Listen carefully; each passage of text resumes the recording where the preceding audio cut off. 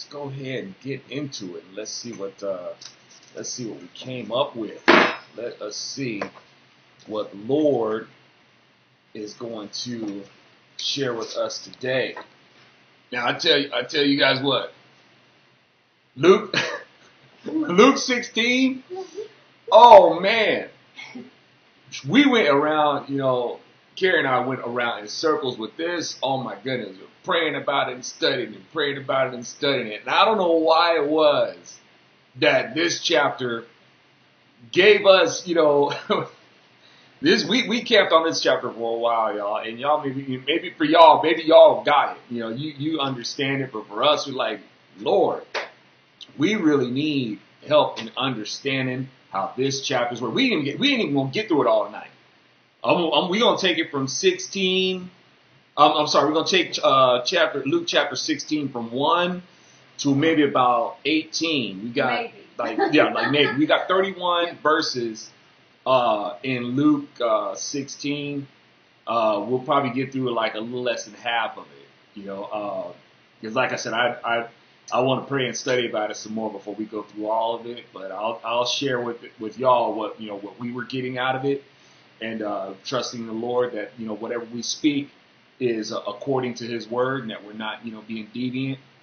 Holy Spirit, have mercy on us if we're saying anything that's out of school with what it is. But we camped out on this. And hey, it doesn't matter if you camped out on it a day or camped out for 10 years. If you're gonna get it wrong, you're gonna get it wrong. If you're gonna get it right, it's gonna be when God feels like conveying this is going to be a blessing, a radiant blessing for those who need to hear it. So hopefully that's we will be speaking His truth and trusting that His word is what will be spoken. All right. Let's see what we get. All right. 16. Luke. He also said to his disciples, there was a rich man who received an accusation that his manager was squandering his possessions. So he called the manager in and asked, what is this I hear about you? Give an account of your management, because you can no longer be my manager. So he audits. I guess he's going to audit his manager. His manager is doing something. He's squandering the master's possessions. Now, what that means, I don't know. Is he making ill use of it? Is he embezzling, from the company? Whatever he's doing, is messing with the master's livelihood. So from there, the manager says to himself, well, what should I do?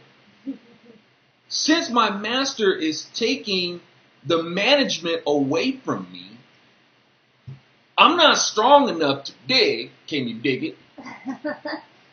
I'm ashamed to beg. I know what I'll do so that when I'm removed from management, people will welcome me into their homes. Okay, so now he's making these considerations, about, now he's worried. He's worried now. It's like, dude, why didn't you make these considerations before you started messing with your master's stuff? Right. So he's like, okay, I can't do like, I can't get out there and do like some heavy lifting. I can't do this labor. Well, dude, you should have taken the job that you had for granted then, instead of worried about having to get out there and do some grunt work. And then he's ashamed to get out there and beg. Dude, the shame should have been in you embezzling from the company. That's what it says. So like, if that's what you're doing, you were stealing. Yeah. And in fact, you did not manage your master's property correctly. I don't know what you were squandering it. Like I said, you may have been stealing from the company, whatever. That's what you should have been ashamed of. Now you want to talk about, now you're worried about being ashamed because you're going to get out there and beg now. So let that be if there's a lesson to be drawn from that, it's like before we think about what we'll be ashamed of doing, whatever, we may have to do before we lose our jobs. Y'all, let's be appreciative of the jobs that we have. Yeah. Some people get out there, we be grumbling and stuff like that and, complaining about the job and complaining about our coworkers and complaining about this and complaining about that. It's like, you know what? Be thankful to be employed. Doesn't, you know, so I can understand, like, for a lot of people, maybe where you're employed, it's not your career choice. I sympathize. You know, but make the best and the most. Don't be complacent. If you have aspirations to do what it is that you have a passion to do and make a living from it and be fruitful, you know, for the kingdom, say, look, this is what I do. This is what the Lord has blessed me to be able to do. And I want to be able to make a business of doing it. You know, if you feel like that's your calling, you know, work at it until you get there. And when you get there, you know, make the best and the most of it. But in that time where you're employed, don't take your employment for granted. You know, because some people, they end up taking their employment, you know, for granted of what they got, that they end up doing shameful things with it. You know, you can end up, you know, whether it be starting to gossip or, you know, starting to like have this attitude that messes with the morale of your other employees and things like that. It's like, no, you know, treat your job like it's valuable, because it is. Yes. You know, like I said, it don't have to be a career choice. You don't have to stay there for the rest of your life. But while you're there, you know, treat it like a thing of value, because it is. So this man, you are bringing value to the company. Yeah, exactly. Be a blessing to the company that you're at. Be an asset. Yes. You know, don't be a liability. Yes. And you know, because we can be so full of ourselves that, you know, we thinking that we all that. We thinking, you know, this company is so lucky to have us, and somehow the managers that you work for, they're idiots, and the people that you work with, they're idiots, and you know, you have an attitude like that when you're at your job. You know, before you know it, you can actually be become a liability. You know, thinking that you're so righteous that you can be justified in whatever you're doing to actually hurt your company. That's good. Yeah. And that's where this manager was, doing things that he became a liability to his master. So, you know, let's be careful that we're not that person, and we don't take these things that we have for granted just because, you know, it may not have been our career choice and we feel like we're trapped in a job. The way to get is like the way to get out of a job that you're trapped in is to put on that servant's heart. Yes. That's the key to get out, you know. But if you feel like, you know, you trapped in a job and that's just what you're doing, you're going to end up being trapped in that job, or you're going to be trapped in a circle from going from job to job. You know, so, you know, we have to put on that, you know, humility and that servants, you know, that be servant oriented, you know, to be an asset and not a liability to. You have to put it on through renewing your mind every day. Every day. Amen. So, you know, that's what this manager was. He lost sight of what he was doing. So then the manager said to himself, what should I do? Since my master is taking the management away from me. Oh, he took it away from me. It's like, dude, you took it away from yourself. Yeah. All right. It's taking the management away from me. I'm not strong enough to dig. I'm ashamed to beg. I know what I'll do so that when I'm removed from management, people will welcome me into their homes. So, okay, this is another thing that started struggling. It's like, wait a minute, okay.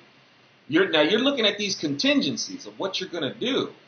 You know, like, okay, you're going to lose this job, and you expect other people to be like so eager to hire you. You know, it's like, okay, you were squandering your master's property. Don't know. I'm not sure. Like I said, he could have been embezzling, or making bad, you know, deals, or just letting his property and stuff like go to waste, or using it wastefully, or whatever he was doing.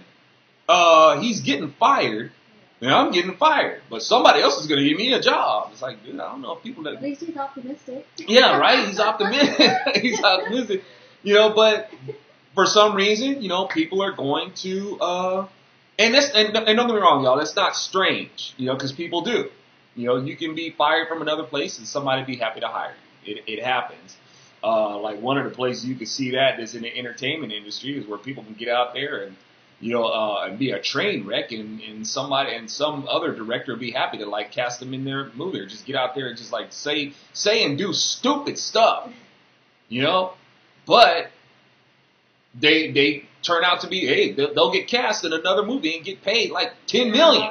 Yeah. It happens. Look at Brad Pitt. Right? You know, Johnny Depp. You know, look at these people, you know, just knuckleheads. Knuckleheaded people. You know, or, you know, these people in these singers in bands and stuff like that. Get out there and just do stupid stuff. Yes. You know, on drugs, alcoholics, and things like that. When a person pays to go see their show, when they buy that ticket, they're basically hiring them. Yeah. You know? That's a good point. It's like, hey, it's like these drunks and these alcoholics, you know, who be in bands and stuff like that. It's like, yep, somebody will hire me. Oh, geez. I'll go. And it's like, we're gonna book a gig over here, and they'll get, and a talent buyer will buy them up. Talent buyer say, okay, how much do you want? Yep. And they'll go ahead and lease the stage to them.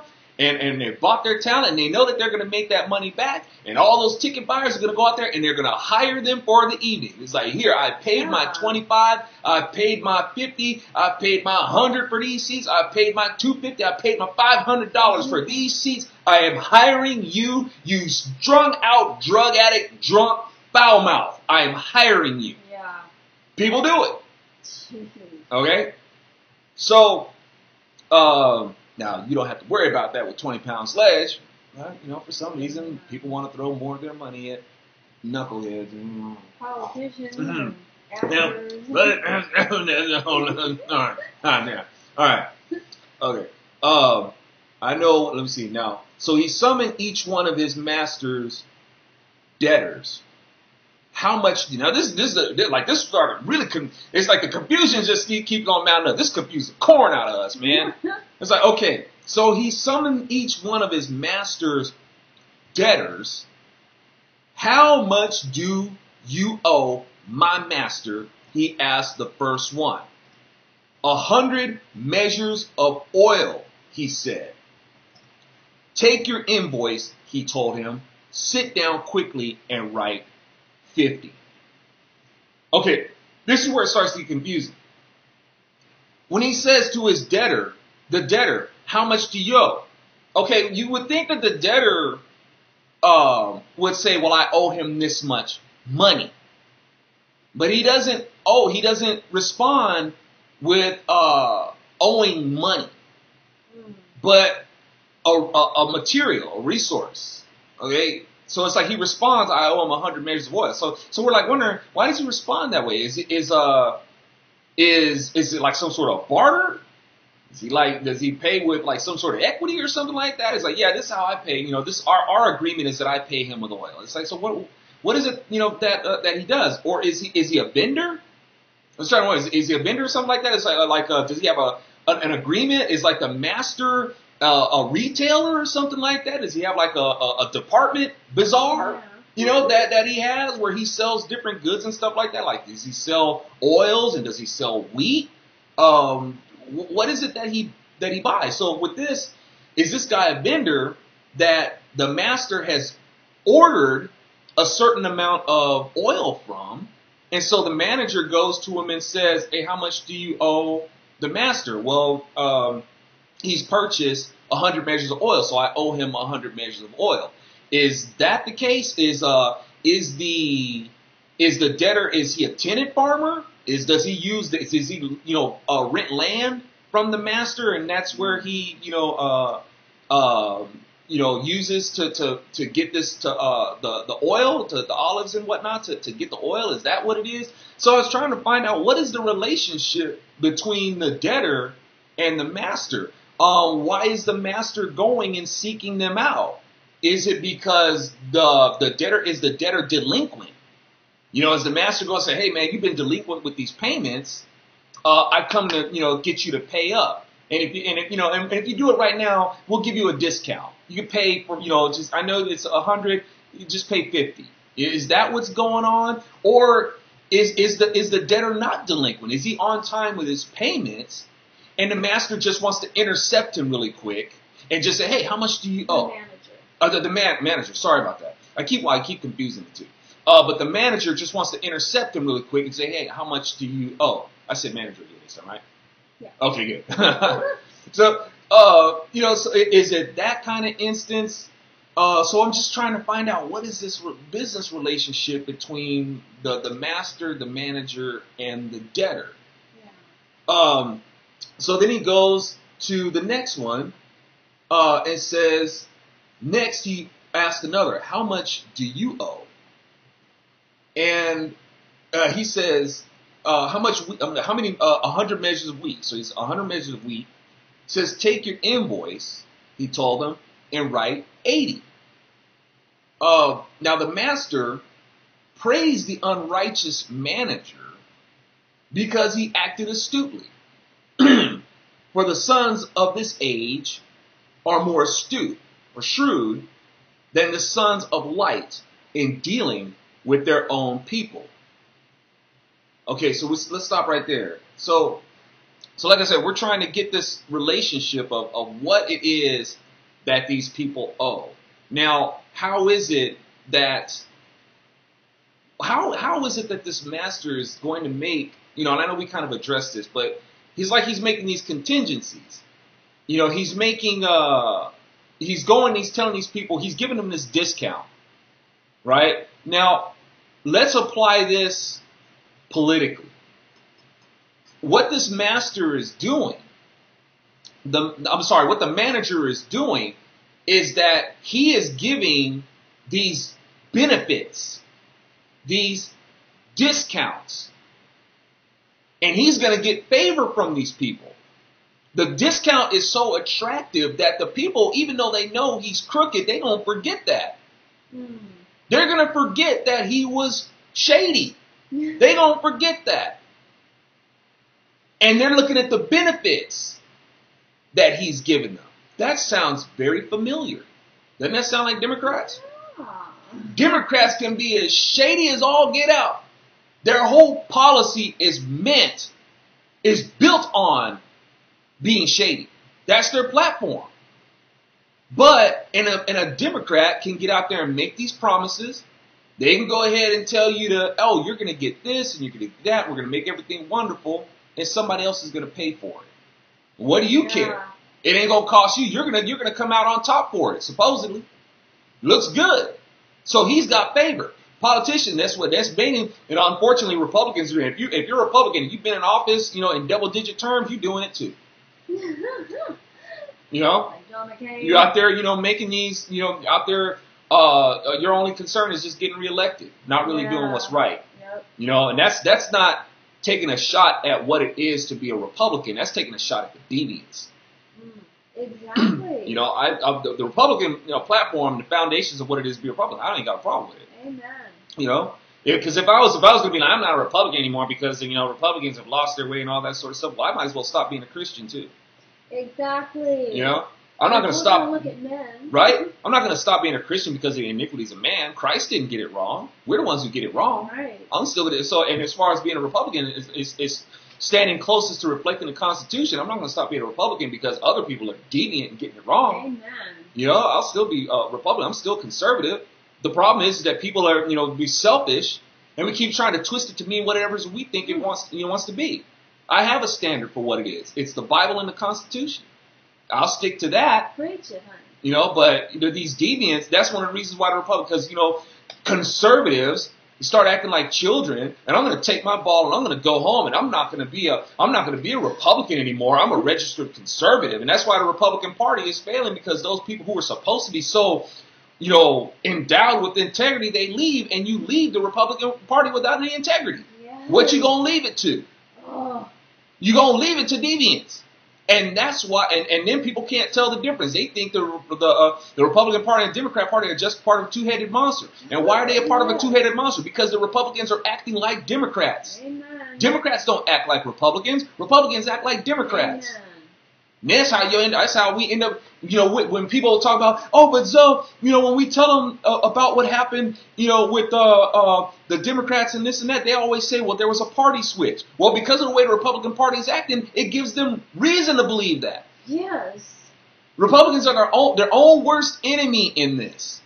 It's no wonder people think that the parties have switched sides, which is a myth, but Republicans help out with the myth. Because they act like Democrats. So, at any rate, that's coming out of, these Democrats who get out there and make these promises, just like this manager is doing. And he's telling them to go ahead and write out this. Basically, when he says, sit down and write out your invoice, is sit down and vote. Yeah. Vote for me. Yep. You're writing out a vote for me, because I'm going to make you this promise that somebody else is going to pay for. Yeah, he's buying favors. Okay? Come on now. He's buying favors. Now, the master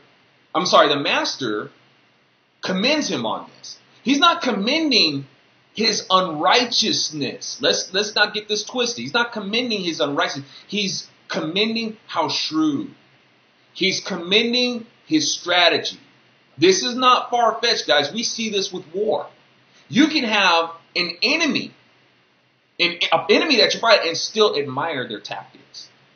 It's almost, or even let's take it into sci-fi with Predator. Remember Predator 2? If anybody's seen it, okay. When liberal Danny Glover's character is he's concerned with the character played by Gary Busey, because Gary Busey's like talking about, look at what he's doing. He's like fascinated as they're studying Predator. They're fascinated by what he's doing, how he's able to do it, how he applies his technology. And Danny Glover's character's like, you admire this? And Gary Busey's character's like, no, I don't admire what he's doing. I admire what he's able to do. I admire the technology that he has. I'm not admiring how he uses it. I'm just impressed that he has it. Yeah. So, you know what I'm saying? So we're looking at this right here. It's like you can look at your enemies and be like, when there was wars with the tribal nations that were here in America. To this day, there's still admiration for the valor, for the fighting spirit. We name our football teams after Indians because of the fighting spirit. We may not have admired what they fought for. Because some of these people, they were savage. They enslaved people too. They raided territory too. There was human sacrifices to their gods. So it's like, yeah, exactly. They were pagans. So they weren't like these peace pipe smoking, images that these New Agers and liberals try to make them out to be. They were pretty brutal. Okay? So, but in terms of their fighting spirit, to this day, there's still admiration for that. The commitment to whatever cause there was. So you can commend that without commending how it was used. And that's what the master is praising the manager. He's like looking at his strategy. I see what you're doing. Now, it's the same thing with Democrats.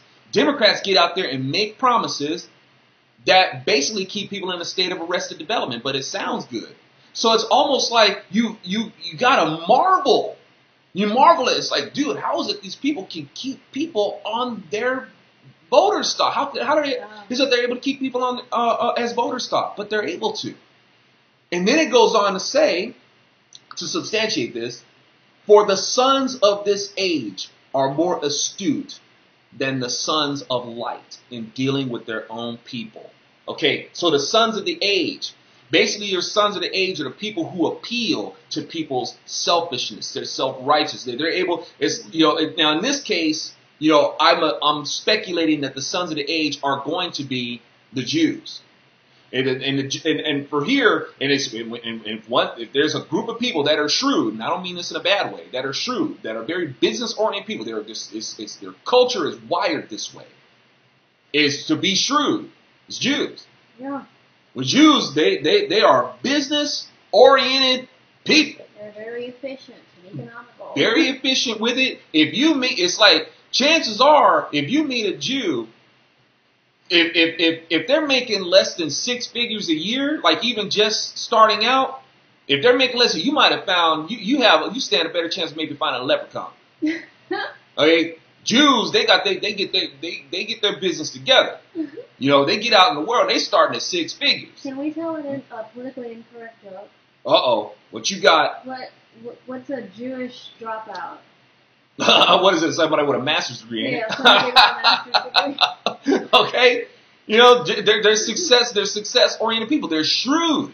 Mm-hmm. Shrewd people. Now, you can have a whole bunch of people out there talking about, oh, yeah, I believe in Christ, making like 5 figures a year. Now, I'm not saying that to demean anybody or anything like that, but as Christians, we're not exactly the shrewdest people, because we're trying to, we're trying to, be godly and we don't think that it's a good thing to get out there and make money because money is evil. No, loving money is evil. Yes. Money is not evil.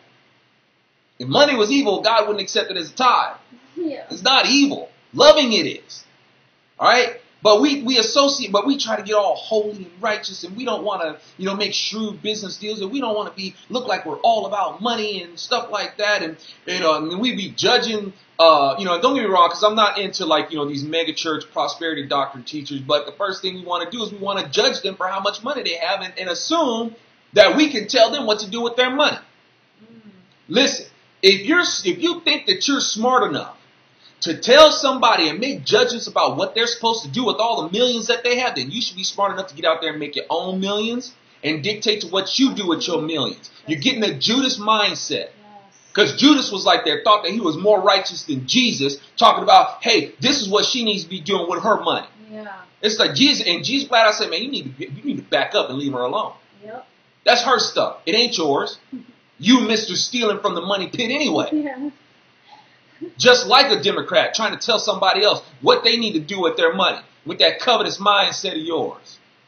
All right? So don't get me wrong, because I'm not a fan of these megachurch preachers and prosperity doctrine and stuff like that.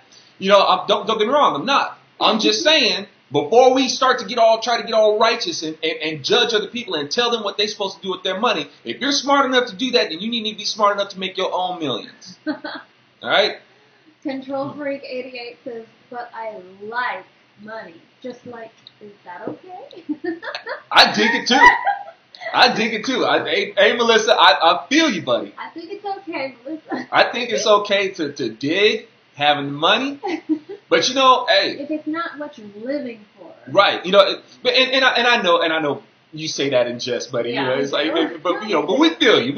I got you. But I think it's God's providence. Despite the liberal crowd that we have out there who's trying to separate us from God, that in God we trust is on our money. And you know what? May we take if anybody tries to, make a move to take that off our money, or really an aggressive move, hey, I hope that we really go lock arm in arm and be like, no, you don't. No, Amen. You don't. It's providence that in God we trust is on our money. You know why? Because money is something that we're always looking for. We're always looking for it. So when you find it, you're going to find in God we trust on it, because that's the thing that you're really supposed to be looking for. God. Our security is not supposed to be in our money. Our security is supposed to be in God, and it's on our money to remind us of that. It's something that's exchanging hands all the time, so it's a constant reminder. In God we trust. Our treasure is not in the U.S. Treasury. Our treasure is in heaven. All right? So that's, I think it's providence. And like I said, may we fight tooth and nail before anybody try to make a serious move to try to take in God we trust off our money. Let's see. Marines for Medicine just joined us. He says, sorry, got off work. What's up? Man, I thank you so much for coming to kick with us, man. Thank you. Okay, so you will have to watch. I can't do a recap for you, man, because we'll be here all night. But I did Marine to Medicine and Control Freak. I did put the 2 questions up there that we were kind of struggling with this week. So. And I hope to get a playback for y'all before the night is over, if you want to catch up and just recap on where we had left off. All right. So now, I can totally see. And for any Christians out there to say that your faith and your politics is supposed to be separate, shame on you. Shame on you. It's like what you mean, the creator of the universe can't give us guidance in political affairs? That's why we're having problems with politics now, because people keep trying to leave God out of it. And this right here is giving you a clear view of how, even in politics, this is just business. You can see how this is working in business. We discussed that. We can even see how this is working in politics. Where people are making promises that other people are going to have to pay for. And people are suckers for that. All right. So, and I tell you, now it goes on to say, and I tell you, make friends for yourselves by means of the unrighteous money. Some translations are going to say with worldly resources. So that when it fails, they may welcome you into eternal dwellings. Okay, I got problems with this, and I'm hoping that we can shed some light on it. You, me, and the Lord. Let's get the light. Let's see if we can get some light on it. All right. So God, you're telling me to make use of unrighteous things, of worldly things. And that's one of the issues that I have with it. And you want me to make use of this stuff to gain friends and favor? I'm not okay. That's another problem I'm having. And then these people will welcome us into eternal dwellings. These people don't have the power to welcome us into eternal dwellings. Okay, let's see if we can clear some stuff up here. All right. Now, making use of unrighteous money. Or, because God ain't going to tell us to be unrighteous. Make use of unrighteous money or make use of worldly resources. All right, here's the thing. Making use of is when you take what you have, you're going to get anything of the world. Basically, anything of the world is unrighteous.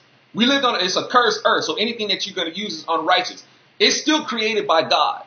Yeah. Okay, having money, having something of value to be able to trade, or in the case of money, money is universally tradable. So you're going to make use of this thing. Money in itself is an earthly resource. All right. So that's and it's unrighteous. Why is it unrighteous? It's unrighteous in the sense of you're not supposed to love it. It's not really righteous. It's not really unrighteous. It's just what it is what it is. But it can be made. It can be used unrighteously. All right.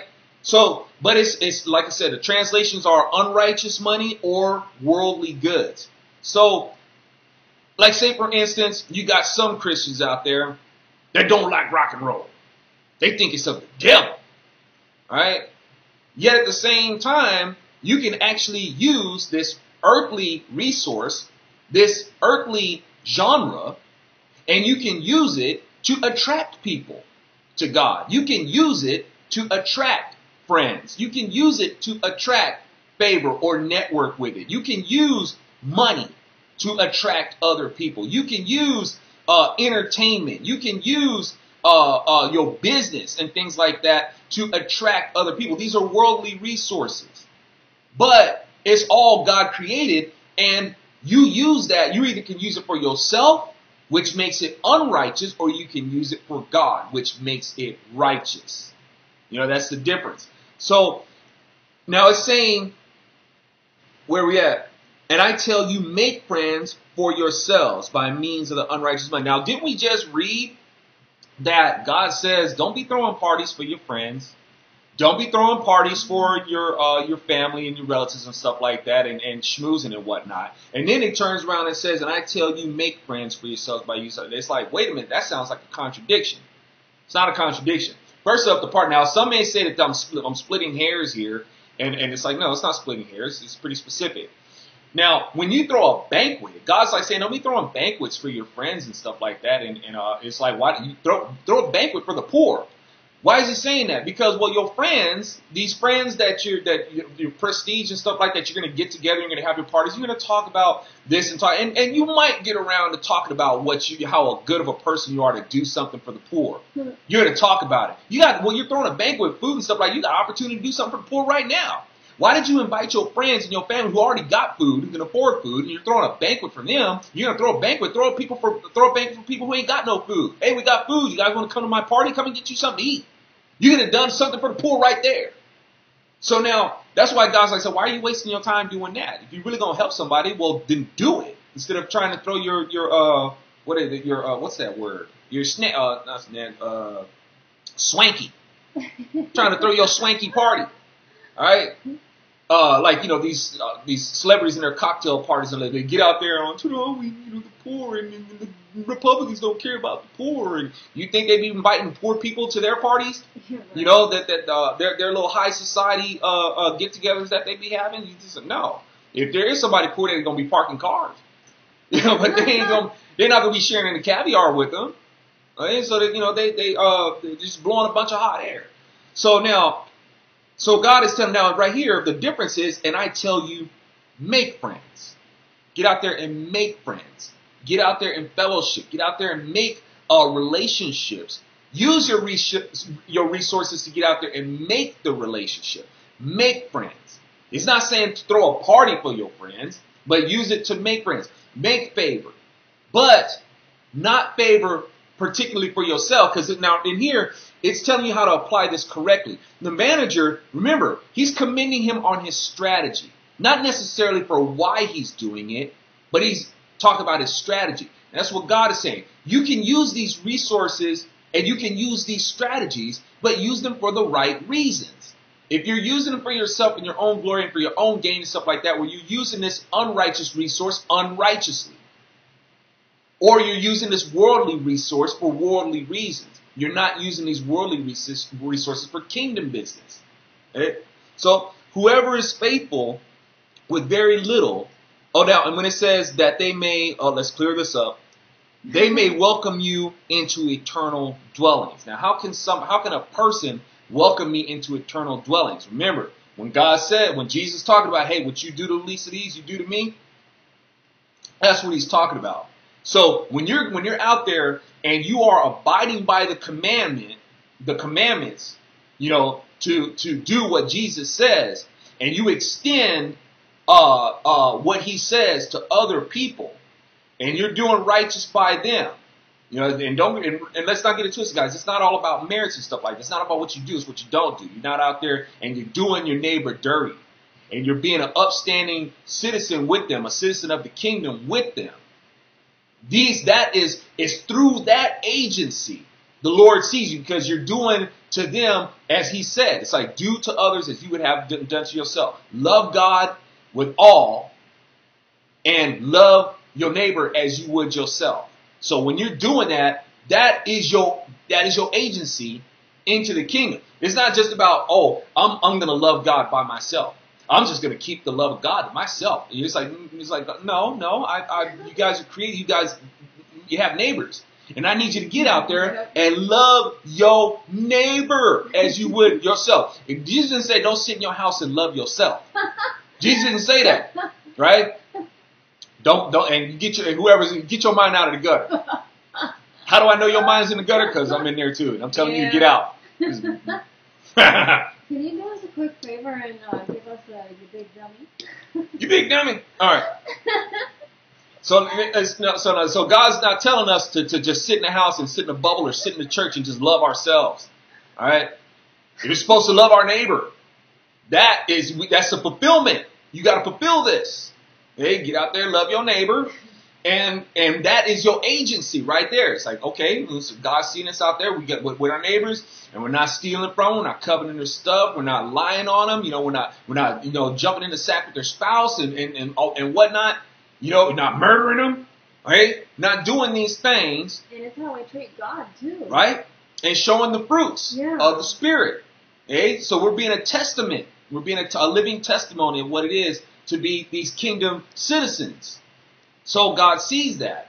And that is how you are welcome to eternal dwellings and how we interact with each other. It's supposed to be fruitful. It's supposed to be a testament, a witness, a living witness by action, not by just words, but by actions. All right. Let's see. Who will give you, so if you have not been faithful with the unrighteous money, who will trust you with what is genuine? All right. So now, this isn't saying that nobody will trust you. It's like, who? It poses a question because there are some people who will trust you, and these people are messed up too. All right. So if you have not, what it says, so if you have not been faithful with unrighteous money, who will trust you with what is genuine? So, when you have people who gain money by unrighteous means, and they continue to, and after gaining the money by unrighteous means, they do unrighteous things with them. It's like, dude, now it becomes apparent. So now when you try to, it's like crying wolf. So now I'm trying to do something genuine. It's like, no, man, you done screwed it up. We surely don't trust you now. We gave you little. And that little was all we had. And we trusted you with that. And you screwed around with it. Now, we have something real and we can really give you something. And no, not going to trust you with that. You can't even do it. It's like, and some people, that's the thing about it. Some people think that, if I just had a lot of money. If I had a whole lot of money, I would do this. And if I had a whole lot of money, I would do that. It's like, no. If you can't, you think that if you can't be responsible with like this little thing, okay? It's just that you got this one thing to just, toss up and down, if you can't toss this one ball, this one, ball, this tennis ball, and just kind of toss it and catch it and toss it, it's a little thing that you have. But you think that if somebody give you like a group of tennis balls, and then you can just go ahead and juggle them like it ain't no thing, wrong. If you fail with the little, you gonna fail with the little. Trust me.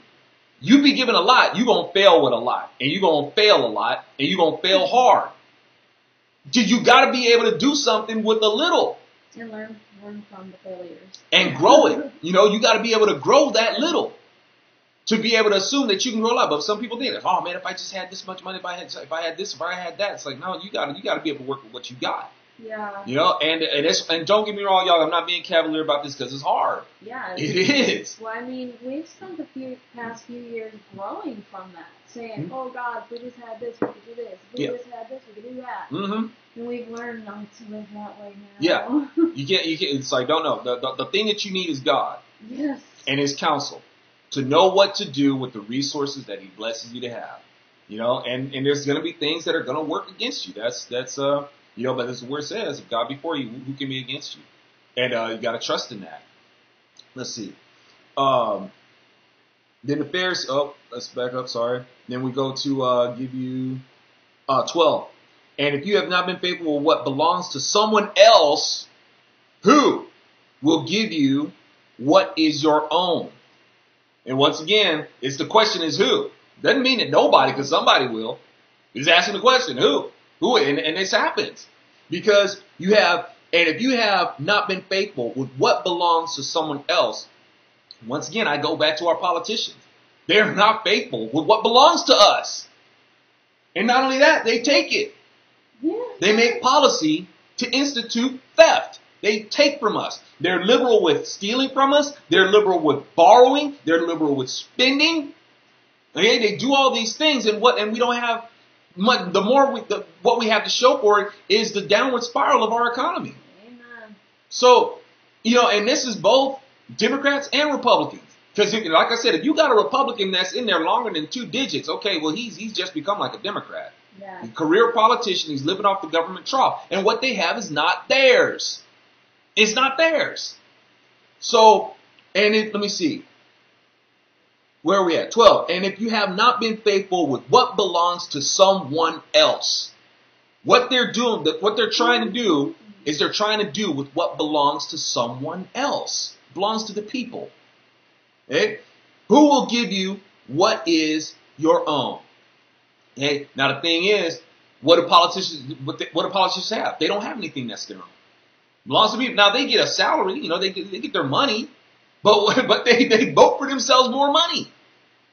And whatever it is that they're buying, they bought it with the work that they've done. It's okay, you got your paycheck and you spent it and you bought this.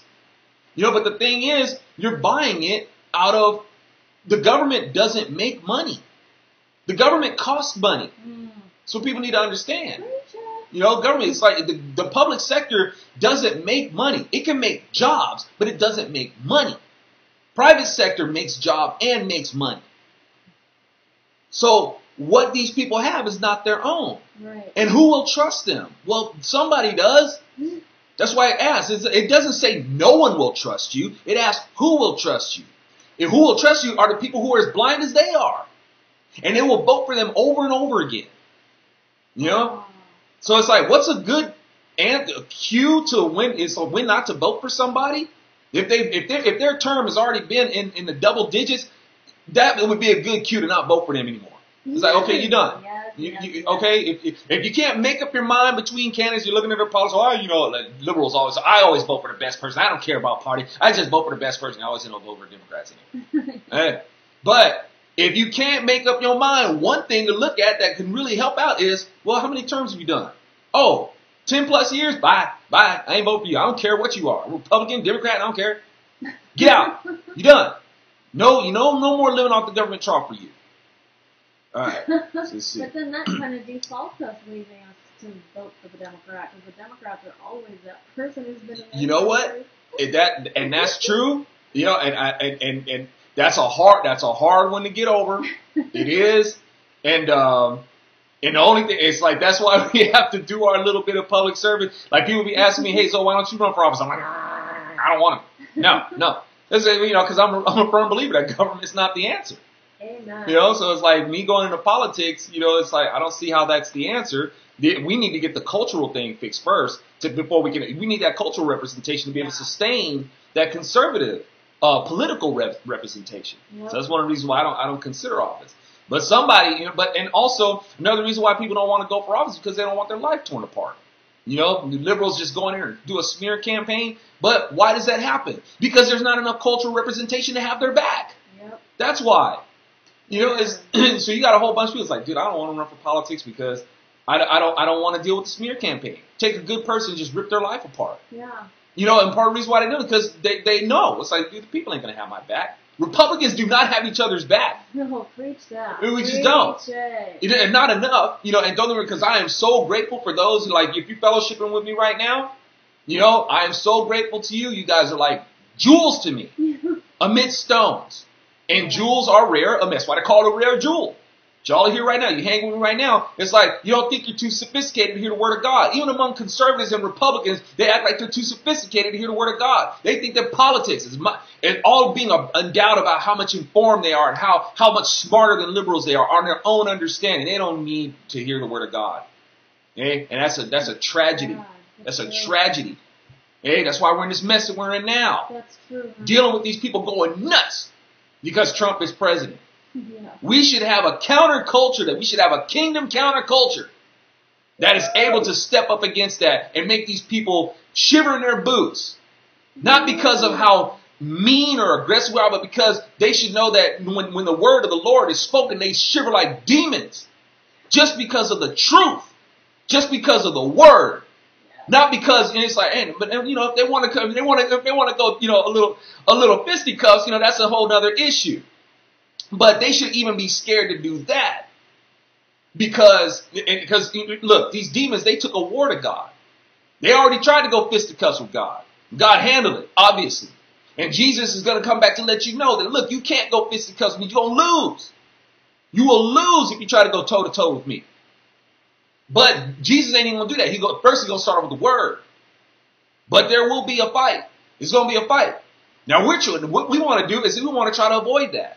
But we need to be able to get out there and be creative and compelling with the word. Where it's just like they ought to be shivering in their boots to try to go up against the word of God. Not against our guns, because the thing is, as much as they try to accuse us of being these nutty gun-toting freaks, we don't be drawing out our straps and trying to unload on people. Yeah. That's not us. We're not out there with weapons and stuff like that trying to and defacing property and vandalizing and obstructing people from doing what they got to do. We don't do that. Fires to cities. But at the same time, where we have this patience, where we haven't unloaded on these people, that which takes a lot of work. There is the work to be compelling and have the creativity to get out there with the truth to where they're just like, oh, you know what? I may not want to challenge that. See, where they like say, for instance, in Hollywood and stuff like that, you got conservatives who are scared to death to say anything. Yep. Not so much because they're scared of being made a fool out, because they won't get to, get a job in some liberal's film. That's what they're afraid of. Liberal is making a movie and I want to be in it, so I better keep my conservative ideas to myself.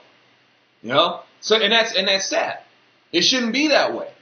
The more conservatives, and Christians try to keep that to themselves, well, the worse it's getting.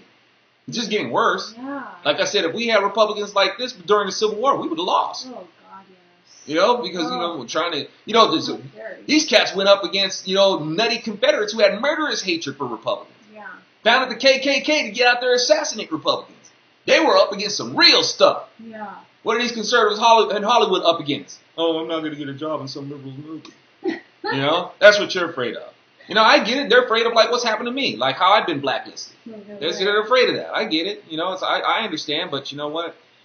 It's like you can go ahead and try to hide from it if you want to. We're losing. We're losing country. People are going nuts in the streets. We shouldn't be at a point again. We've already seen this before. We shouldn't be at another point again where people are, where it's like the idea of a president being assassinated is a real deal. It didn't happen that long ago. It's like, don't we learn from history? It wasn't that long ago. It can happen again. It's a repeated thing. And if you don't take it to the culture to get out there and say, you know what? Your idea is messed up. You got a messed up idea. And you ought to be ashamed. Instead of them trying to make us feel ashamed of ourselves, it should be the other way around. It's like, look, you ought to be ashamed of yourself. But you know what? It ain't shame that I'm wanting you to feel. It's the light. They want us to feel shame and darkness. We want them to feel like God says, don't think that I delight in the destruction of the wicked. I want them to see the light and live. That's what I'm trying to do. I want them to see the light. I don't want to get out there and trigger them and make them mad. It's like people want to give attention to people who get out, oh, look at them, they got them on video and they're getting so triggered and they're getting mad. And I was like, yeah, they're mad now. We already know that they're mad. They've been mad. Hey, this ain't the first time they've been mad. They've been mad. They were mad when they were blowing up churches in the 1960s. They were mad when they were taking to the streets and lynching people. They were mad when they were burning crosses. And it's like, we already know they've been mad. They've been triggered for a long time. He ain't showing us nothing new. We didn't know that. How about if we wake them up? They're getting out there talking about they woke and stuff. We woke. It's like, no, you're not. If you're woke, the only thing you're admitting is that you've been dreaming about being right the whole time. You're just dreaming. All right? But so you woke now. But that's what we're talking about. If we apply the word into our cultural and political scene. Those we got a comment. Yeah. Shut up, so I want to say something. Honey. I lost it. It was basically, here it is. Marine to Medicine says, that is why I'm adamantly opposed to a third party. I totally agree, because I was there too. I was giving up on the Republicans during the Bush administration because I saw no difference. Mm-hmm. And Zoe really took a long time to get me to come around. I mean, I was getting just jaded, absolutely jaded. Yep. And I didn't even want to be a third party, but I thought, well, there's no place else to go, but I mean, honey, you really helped me to see that there's no difference between them and Democrats. And I talked a bit about this in my audio book, Weapon of Mass Destruction, American Socialist States. The thing is, it's like, look, I understand that, that people say the two-party system is corrupt and stuff like that. It's like, okay, yeah, we got two corrupt parties. What, you want three now? Why would you want – it's like the country is so divided. It's like, okay, well, you want to divide it 3 or 4 ways now? The bottom line, y'all, is that this is America, and unfortunately, there are two diametrically opposed ideas of what people think America is. That's the thing. That's why it's like, and if you want to hold the line for this constitutional republic, as opposed to those who think that it's a democracy, well, you're going to need a team. We're going to have a camp where people say, oh, this is where we need to go to uphold this constitutional republic. Yes. Or there's a camp that people go to who think that this is a democracy. So it's like, yeah, it'd be fantastic if we could all just be Americans and we could all think the same and stuff. But you know what? We don't. And there will never be a nation on planet Earth, not while it's Earth, that will ever have that. It will be a utopia by bloody force. Yeah. Right? And it's not going to be a real peaceful place. It's just not. That can't happen. The only nation that we will ever have where we're all in agreement about what it is that's going to be the kingdom of heaven. That's it. Only Jesus can preside over this one-party system. He's the only one who can do it. Okay? It ain't going to be a democracy. If anything, it's going to be more like a republic. It will be more like a republic than anything else because it will be the rule of law. And it will be a representative republic represented by the Most High God, Jesus. Yes. So, yeah, and when people talk about, well, Jesus wasn't different, he'd be more like a different. No, actually, he'd be more like a Republican. Because we will be under the rule of law. Yep. And it will be a representative Republican, represented by his truly. So, there will be no democracy. There ain't going to be no vote, of like, what was, it's like, hey, Jesus' way is the way. That his policy is, that's it. We don't get to vote on it. All right? We've already taken our vote. We're in agreement. He's already been, that's just, we voted for him. And if you didn't vote for him, you're going to miss out on some really good policy. All right. Anyway, so let me see. Then it goes on to say, no household slave can be the slave of two masters, since either he will hate one and love the other, or he will be devoted to one and despise the other. You can't be slaves to both God and money. That's pretty self-explanatory, and we can apply that to different things. Okay? Don't leave God out of what it is that we're doing. If you're slaves to, if you love your money, you're slave to your money. Well, that ultimately ends up leading to murder. People will, it's like, look, they'll kill for money because they love it, right? Or if you have you got entertainers out there that they're slaves to their art. Okay? They don't want any inhibitions on their art. They want to express themselves fully. They take for granted what the Lord has blessed them with, and they use it for their own glory and not for Him. They're a slave to that. That's their master. Their master is their art. Their master is their own glory. When you're master, or whether you're a rock star, or an actor, or you're a business owner or something like that, when you become, your occupation is what rules you. When you live for that, because you just want the accolades for what, or a politician, oh my goodness, especially a politician. When your office means more to you than God, you are a slave to that. And God's like, you can't be a slave to both. You will despise me. And don't we see that all the time? These people who are blessed to do a dream job, like to be an entertainer and stuff like that. But that's what rules them. They love that. Their master ain't God. Even those out there who call themselves Christians. No, they're you see them talk about, oh, I love Jesus, and then before you know, you see them moving, they're like in a nude scene or something like that, or they're busted for or they're getting a divorce, or they're busted for alcohol, or they're doing stuff like that. It's like, no, because their lifestyle means more to them than God.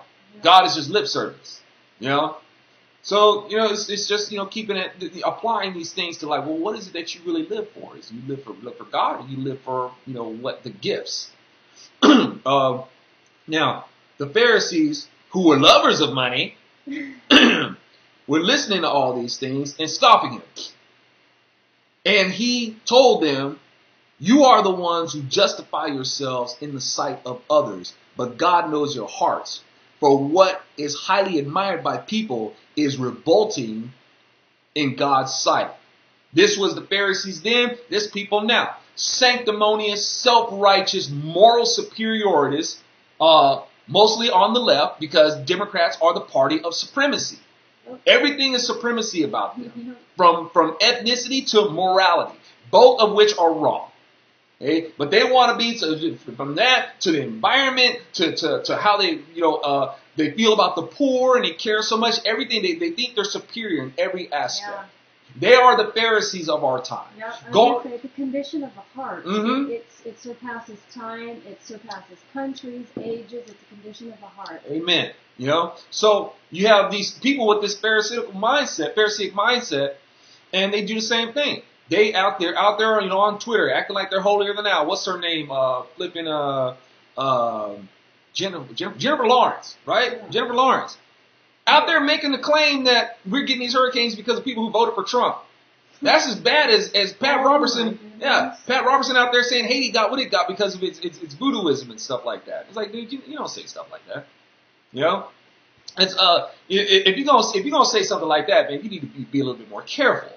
That's not something that you can't help but assume that you're making a condemnation of these people, or you're passing a judgment on them. It's not our judgment to pass on them. Yeah. Okay, it's like and that's the same thing as Jennifer Lawrence, trying to make this judgment.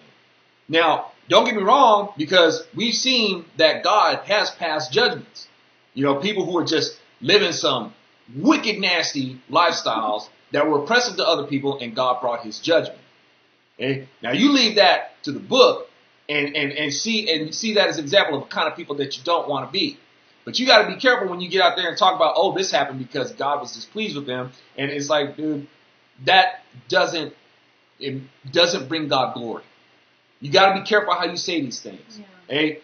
As the saying goes, truth without mercy is mean, and mercy without truth is meaningless. Amen. You got to be careful how you shape these things. We're supposed to be salt and light. You know, you have to be careful how you shape these things. So even as Christians, it's like, look, before we get out there and we got to examine, we got to filter these things through God before we say something that sounds unjustly judgmental. All right. So with Jennifer Lawrence saying that what she said, like I said, we want to speak truthfully, you know, and refer people to the book. You know, but you can't just go out there and say something. If you're going to say something, you better have some scripture to back it up, to where you are putting it tactfully, but not sugarcoating it at the same time. Yeah. All right? God don't sugarcoat. Say that again, maybe that truth without, what does that mean? Is that truth without mercy, excuse me, truth without mercy is mean, and mercy without truth is meaningless. I think I got that from Jimmy Evans. I like that. That's right. Right?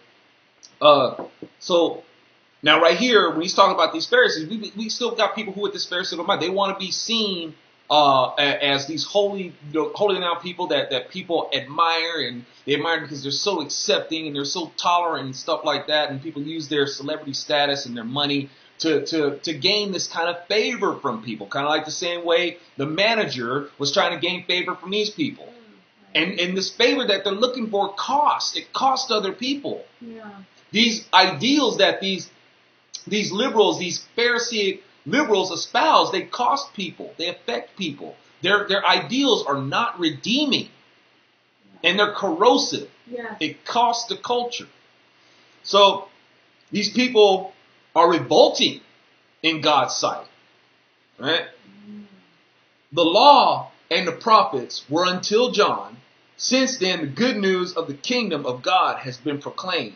And everyone is strongly urged to enter it. Strongly urged, not coerced. We're supposed to be compelling. We're supposed to, create those arguments, those illustrations. Hey, deliver it, sell it. All right. You just told stories. But it is easier for heaven and earth to pass away for one stroke of a letter in the law to drop out. Okay, that's a powerful statement. The thing about it, it is easier. And to God, this is easy. Not easy in terms of like it's easier on his heart. It'd be hard on his heart, but it's still effortlessly. When you look at as far as the eye can see, when you look, in the landscape, you see the earth as far as as you can see. You grab you a telescope and you can see, see the moon. Or you grab another stronger telescope and you can see like the planets in the solar system. And you can grab another telescope and you can see, beyond our galaxy. You start to see galactic clusters and different neighbors. And you're just seeing billions, of years out, or just light years out into the universe. You're seeing all that. God can erase that in an instant. But his word itself will transcend and be beyond that. It was here before there was the concept of time, and it will be here long after. Should God decide to close out everything. And fortunately, God is going to renew everything. Everything's going to be made new. Amen. But in terms of life as we know it in the universe, in its finite state, it's going to end. But God's word will it's going to be forever. So this word that God is letting you know, this is the power of my word. This is the power of the law. My law is eternal. Everything else that you see gone will disappear. And my word will remain long after. So that's the power in his word. For one letter in the law to drop out. I don't skirt on the law. My law is steadfast and it's fixed. And nothing can move it. You try to move it. You're going to be the one who's going to pay the piper for it. But the word ain't going to get scratched. So everyone, now then it goes to speaking. Now when it comes to, speaking of forever, I think it's interesting that God follows with this. Everyone who divorces his wife and marries another woman commits adultery. Because God intended for you to be married forever. Amen. Right? This is like listen, hey, what I put together, let no man tear apart. I put you together. Okay? So I think, like I said, I think it's interesting that it's going to follow right after this because he wants you to look at that. It's like, look, when I told you forever, that's what I mean. So anyone who divorces his wife and marries another woman commits adultery. So look at here. Now the conditions for divorce are, and we're gonna stop at before 19. We're gonna close it up with this. Everyone who divorces. Now the conditions for divorce are sexual immorality. Now let's be clear on that, because people think that the only cause for divorce is only if you're like cheating on your spouse. No, it's adultery is not the breakdown. It's sexual immorality. Now, this is hearkening back to like when the Hebrews, they want to rid of divorce. Man, they get divorced over anything. It was just bad. It's like, dude, she's on my nerves, they don't get along, and she don't put the tube back on the toothpaste, and it's like whatever. For any little thing, they get divorced. It's like, look, if you don't give us a divorce, something bad's gonna happen. It was that bad. I mean, they just really hedonistic and really entitled and just spoiled. And it's like, get divorced over anything. We see that today. You go into the grocery store, you can't even get out of the grocery aisle without looking at a tabloid saying somebody's getting divorced. Divorce is fashionable. They ain't divorced over anything. I got money, I got fame, I find somebody else. They don't care. It's like love is just some cheap commodity to them. They don't care. So they get divorced over anything. And before you know it, they're with a new flame. Just right. Divorced in 1 week, and hardly the next week later, they're seen with somebody else. All the time. All the freaking time. Hey? Always getting divorced. Or always some breakup or something like that. That's what sells. It's fashionable. It's chic. These are these same Pharisee people that claim to be so righteous, and they know all about love. We need to be kinder to each other, and we need to, be more loving, and we need to be more community-like. It's like, dude, start your community with your dang marriage. Yeah. You want to show that you love somebody? Love your freaking spouse. How about that? You show us that you can do that before you can talk about 360 million people loving each other. It's like the Beatles. Like I said about the Beatles, all you need is love. All you need is love. Trying to tell 6.5 billion people at the time on the earth that they need to get along, and all they need is love. Between the 4 of them, they couldn't even get along. They couldn't even stand each other. Come on now. Oh my goodness. These Pharisaic, self-righteous people out there trying to pose themselves like they know what love is. They don't know. God can't stand them. Wow. So now, God's letting you know, and that's why he ties us in with this. It's like, look, you want to get out there and you want to talk about being all righteous. You want to talk about being all, this is good and this is bad. It's like, you start with your marriage, because that's where the community grows. It's got to start with your marriage. Y'all go ahead and you need to show that you can get along. But now when it's talking about this trivial bickering, whatever that people do, and they want to get divorced, and it's like, because the thing is, a writ of divorce was a death sentence. Really, if you wanted to get divorced, that was because, you had actually stepped out on your spouse, and that's punishable by death. That was your divorce. Till death do we part? Yeah. But the thing is, because of the cruelty of these people were getting into, it's like they're getting divorced over anything. It's like, look, if you don't write us a divorce, I'm saying she's gonna start getting abused. Okay, I'm gonna start abusing her, and I'll end up abusing her to death, and then you're gonna have to kill me for killing her. All right, so it's like it got so bad. It's like just divorce over anything, and just these people are just all out on each other, just unbridled selfishness to where Moses like, let me just go ahead and write you. I'm gonna make an exception for divorce. Here, now go ahead. All right, they got sick of it. Moses was sick of it. All right, but in this, we're talking about sexual immorality. Now, you don't have to wait. And that's like, because some people, there's some women, who resent the Bible because they think that the Bible thinks that it's okay for them to remain with an abusive husband, and you're just supposed to stay with them. And the only way that you can get a divorce or justify a divorce is if it's apparent that he's, cheated on you. It's like, no, the Bible says sexual immorality.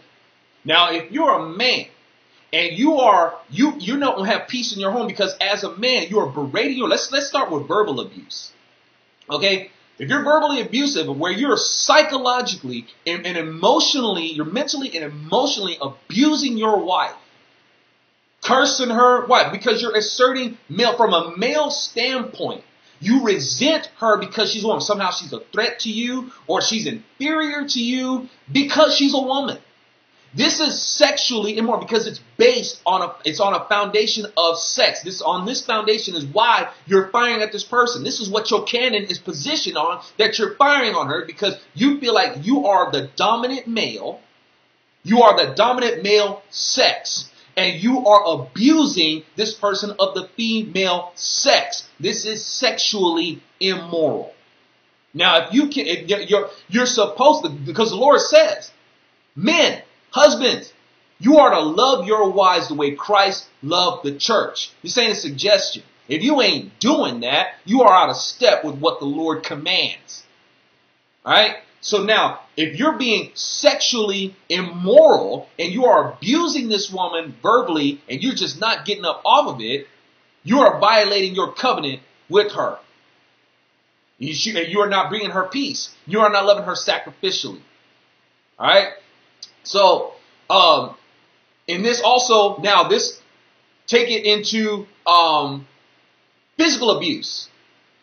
Sexually, why? Because from a male standpoint, you're coming down on this woman, you're beating this woman. Really? Hey, this is sexually immoral. And I can pretty much guarantee you that if a man is most verbally abusive to his wife and doesn't care about her feelings and just saying all these things to her and treating her the way that he's treating her, chances are he's not going to care about your feelings if he stays. He's probably cheating on you too. Okay? If you don't care about your feelings in that sense, you think he's going to care when he's out in the streets? Not care about your feelings? And especially if a man is beating on a woman, you think he's going to care about your feelings if he's sleeping around on you too? As far as women go, being abusive to their husband, yeah, women can be psychologically and physically abusive to their men also. A woman can drive a man crazy, drive him nuts. Just send him emotionally. A woman can either bring out the best in a man or bring out the worst in him. And if a man is feeling like, okay, because a woman can be physically abusive and using her body as a weapon against her man. Withholding on him, not honoring, their marital vows.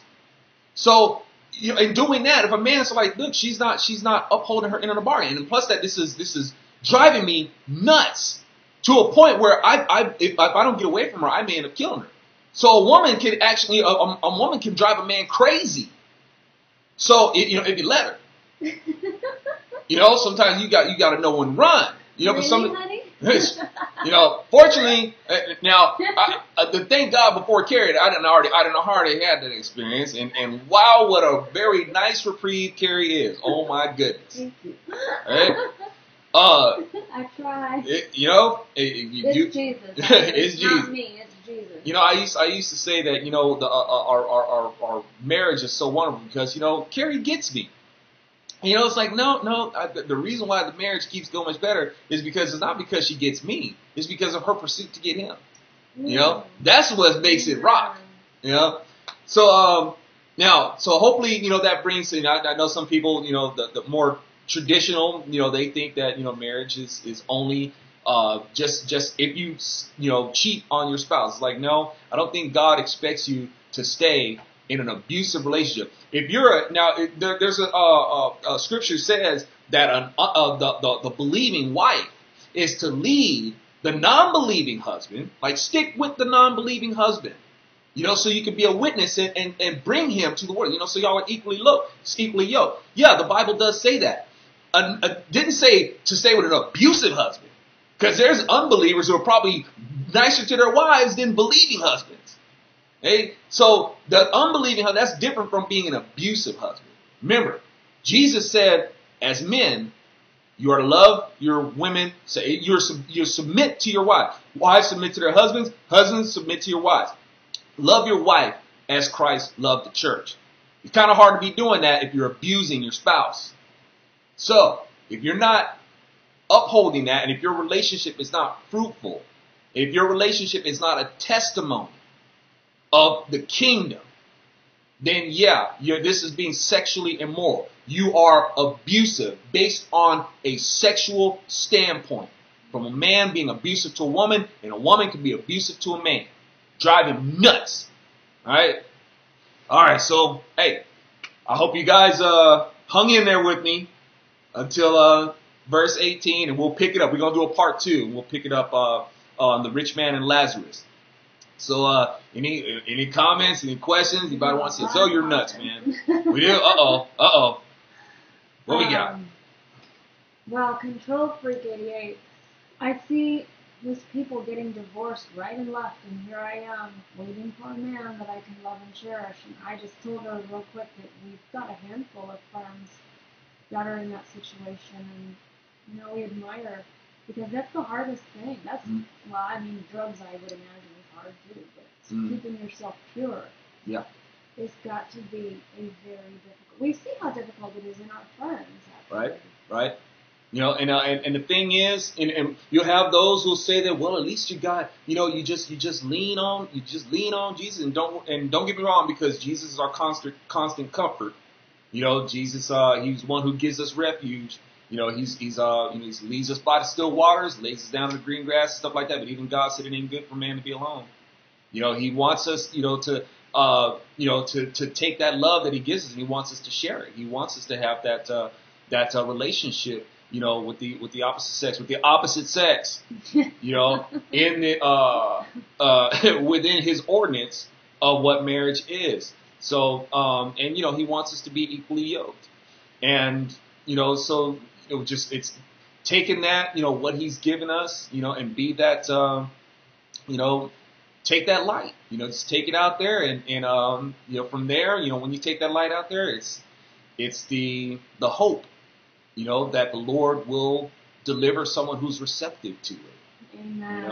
Who is on your frequency, and that's, I tell you, I'm hoping to God that I wouldn't have to go into the dating scene, but I know what it's like just to even have friends, just even friends, it's like, I don't, I'm not the most social person. Believe it or not, I'm not the most social person, because a lot of times it's, and I'm not trying to sound snooty or stuck up or anything like that. I'm just, I'm an artist, man. I just, anyway. I'm not the most social person, but, a lot of that is because of, it's like being on, certain frequencies, but just to even make friends that you really click with and you connect with, we got our fellowship right here. And notice that it's, I'm not trying to grumble here. It's not, I don't have the biggest audience, but y'all take the time out. It's like, why? Because we're on a frequency. And that frequency is a lot of time, that's hard to find just between having a friendship, a fellowship, but for that to even escalate into a romantic relationship, it's hard to find. It's like it's once again, it's that jewel search, among many stones. Just trying to, it's like, so, don't feel like. Actually, Marine to Medicine said, does that make us family jewels? You got a snort out of that one, dude. That's a good one. Okay, so. But yeah, it can be difficult, but it's like I said, the best chance we have, is because I tell you what, it's when, and if any of us has been in a relationship that is falling apart, you can feel more lonely with someone than be alone without someone. You can be in a relationship with someone and just feel really alone while you're with them. And so in this time, it's like before, it's like don't get so and I'm not saying that this is anybody who's doing this, but we want to be careful that you don't get into a relationship just trying to fill a void of loneliness, because you want to be discriminate, of course. But of course we want to be careful that we're, not so discriminate that we just, kind of keep ourselves in a state of, loneliness or needing that companionship. But, we have that light of the Lord, and, we want to dial into him to say, hey, Lord, I need you to dial me into somebody, where's that receiver? It's like a transmission going out. You're looking for that receiver, somebody who's going to be receptive to, your signal, and where you can be receptive to theirs. And, we have to trust that the Lord didn't give us that light, for nothing, to be the kind of person, who's got love that they want to share, and that kind of companionship and that good camaraderie to build a relationship on. We know that God didn't give us his word and give us his counsel and give us that light just to keep to ourselves. Yeah. God wants us to share that with somebody else. So, let that hope be out there that the Lord will connect, people who can get together and, build a fruitful, because God tells us to be fruitful, be a producer of these fruits that will attract people to the kingdom. Yeah. And one of the main ways that God does that is through relationships, through marriages. But the society is getting more and more messed up because it starts with a solid man-woman unit. And we're losing that. And I've been there where it's like gone through breakup and stuff like that. It's like that wasn't a witness to the kingdom. Being in a relationship and people just seeing us not getting along and fighting and stuff like that. That don't bring God glory. And if the utility to Carrie and I's relationship is for people to know that we live in joy, ups and downs, going through peaks and valleys, good times, bad, thick and thin, sick and poor, sick and healthy, rich and poor. It's like maintain that joy. Where's that joy coming from? That joy is coming from the Lord. Yeah. So our motivation is to be that salt and light and be that that marital institution that brings God glory. It says, hey, this is joy right here, babe. Yeah. You want this kind of joy? The Lord provides it. And he doesn't just use individuals. He uses the idea was to use a man and a woman. Because that's we be searching for that. We want that companionship, and God knows that. It's like I designed that. You see a man and a woman, it's something to aspire to a man and a woman. Aspire to see that joy, to aspire to it. And it's like that is what the kingdom is going to build, So but like I said, the Lord put the word in there, so that means that it's out there, and it means that you're not destined to to be perpetually single. The Lord will provide a recipient. Yeah, because we're called to be helpmates. Mm-hmm. To pour out that that love that He's put into you. Yeah, and Paul understood when he said. I actually wanted to ask you about that, honey. He said, it's I pray that you're blessed. This is paraphrasing. Mm-hmm. You're blessed as I am to remain single. That way you can do more for the Lord and His kingdom. But I think he kind of knew that was a very small. Yeah. Some people will lean on that scripture, and it's like, look, considering this culture, I don't think y'all could really handle marriage and what it is. So you might be better off. You might be better off staying single as opposed to getting together and damaging what marriage is for other people to witness. And calling you hypocrites and whatnot. Amen. So it's like Paul's like, what? It may not be for you, okay?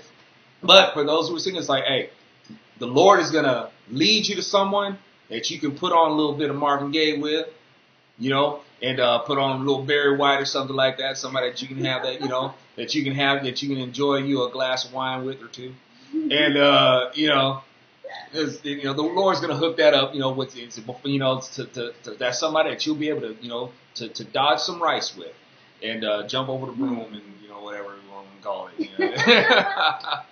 Hey, because if he did it for a knucklehead like me, who doesn't deserve the good thing I got, he'll do it for you. And look at Marine to Medicine. You just recently engaged. Oh. So that's that's very, very awesome. Mm-hmm. Dig it. It's going to be a good witness for marriage. Put up them pictures. All right. What else we got? Well, we'll wrap it up pretty soon because I need to get in my hamburger, yeah, my that's cheeseburger. true. We got to get you some food before it gets too late, honey. We've got lots of comments, but you can kind of engage after this, can't you?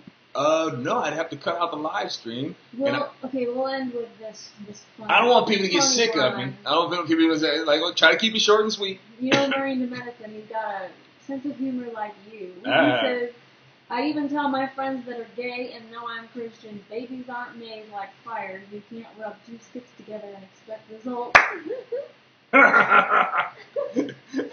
You know, that kind of creates a painful image, and I don't like it. Ow! I don't. Yes, we better stop there. It's time for cheeseburgers in Colombo.